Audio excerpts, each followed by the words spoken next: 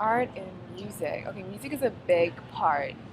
Like it's the freedom to sing how you want. You can sing gospel, you can sing jazz, Christian music, which is something new I didn't realize existed. Contemporary music. So it's kind of like a freedom in worship. You can do whatever you want. You can rap. I mean, that's just great. Art is an expression of the unexpressible. It is a way that people who maybe can't put into words or cannot write out a way of expressing the inner self, and I believe the inner self is endowed with the Spirit of God. So, yeah, I think it is really important and can bring you into more reflective and contemplative religious practice. I go to this church that I call Midtown Community Church, and it's a very art-centered church. They have musicians that do, like, they write their own stuff, and they do very contemporary, like, newfangled worship songs. And then they paint in church sometimes. Like, I've seen they have people set up along the stage painting during worship, and it's like the coolest thing ever. They don't do it every week, but they do it every once in a while, and then they put the paintings up in the church. Art, we don't use as much art in church. There's like no stained glass really in my church. There's no stained glass in my home church. So I guess art doesn't play quite as big a role as music, but music plays a pretty significant role. I help plan the worship services for Wesley Fellowship, so we use both hymns and more contemporary music. There's a band I know from working with people at camp, and we used one of their songs as part of our worship service the other week, which it's kind of like a bluegrassy thing, and it's not. I mean, it's something that you wouldn't hear in a traditional service, but it worked really well. James Cone, right? Yeah. He grew up in the Pentecostal tradition too. And in one of his books, he says, in a Pentecostal tradition, you can have a service without the word, and what he means by that is without sort of preaching. But you cannot have a service without music and without worship. Is there any music at the Quaker meeting? Only at Quaker camp. There's lots of music there. Oh, yeah? Yeah, it's full of music. But then once they get older, I guess they stop singing.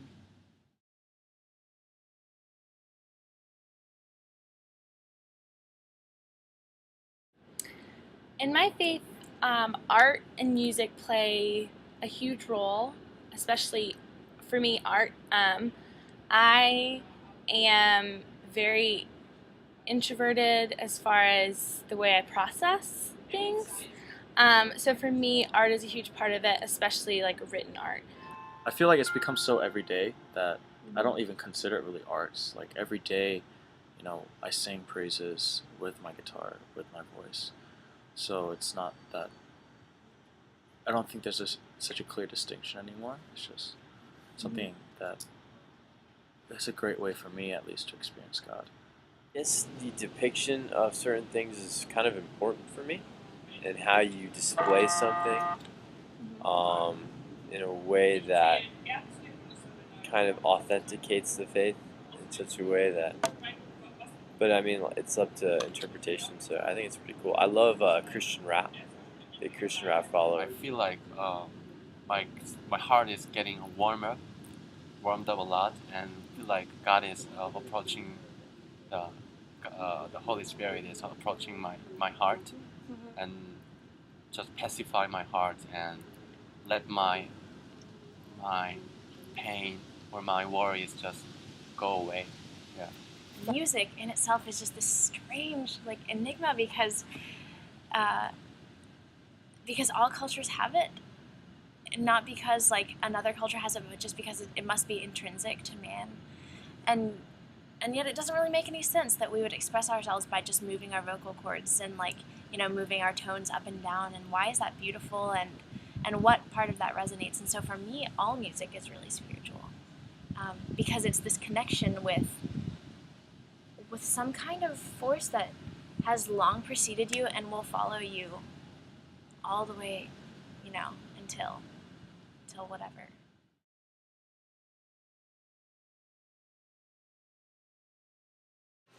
I think whenever the Quran and the call to prayer is recited, I often have a very spiritual experience with that. I think it's the melodic quality of just of the call, and many of the recitations. I went to the Buddhist temple before with my grandma and grandpa. Was there music there? Yeah, there was music, very slow music and very calm, and very different from the Christian music, because Christian music kind of energetic and like it's, very cheering sometimes, but Buddhist music is really completely different, I think. We were sitting on the floor, and Anand had these little bowls that they were making like a cool sound. I don't really know how to describe the sound they were making. And then he would lead us in like Om chants, and we had our eyes closed and we were seated, and it was very much supposed to focus on your body and like different parts of your body, and like the Om like moves through you kind of. And I felt very like at peace and at rest, and it's supposed to be like a meditative thing.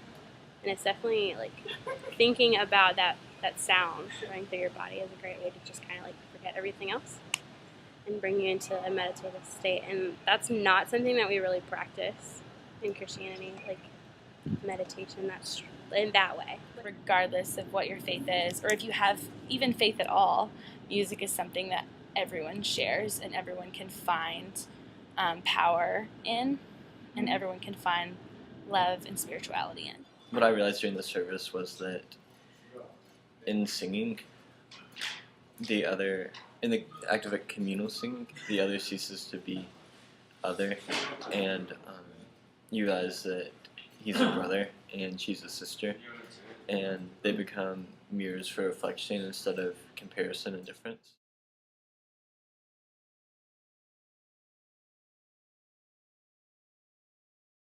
I think that when you engage in secular music, it's very like entertaining based, and just like I'm gonna be entertained. I like the sound of this. This is fun.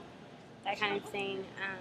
It doesn't like prompt any deep thought. It doesn't really prompt introspection, anything like that. It's kind of just a way to have fun, and you can connect with people through secular music purely on the basis of like, this is fun for me and this is fun for you, and we're enjoying this together.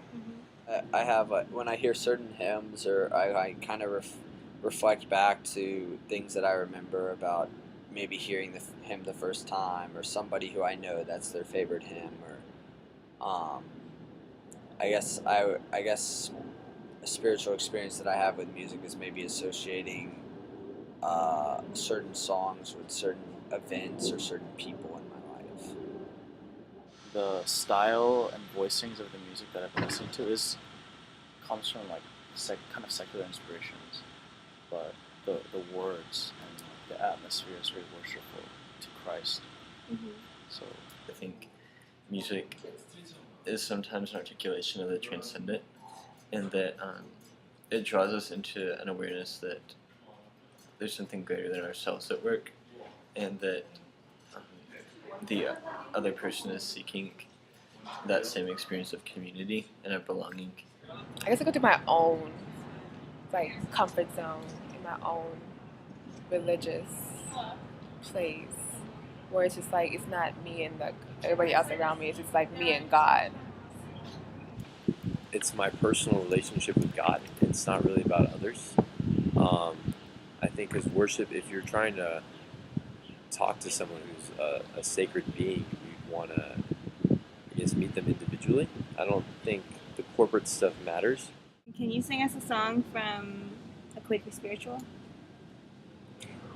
There's a light that is shining in the heart of a man. There's a light that was shining when the world began. There's a light that is shining in the Turk and the Jew. There's a light that is shining, friend in me and in you. Hey, walk in the light wherever you may be. Why don't you walk in the light wherever you may be? In my old leather breeches and my fraggy socks, I am walking in the glory of the light. Sad fox!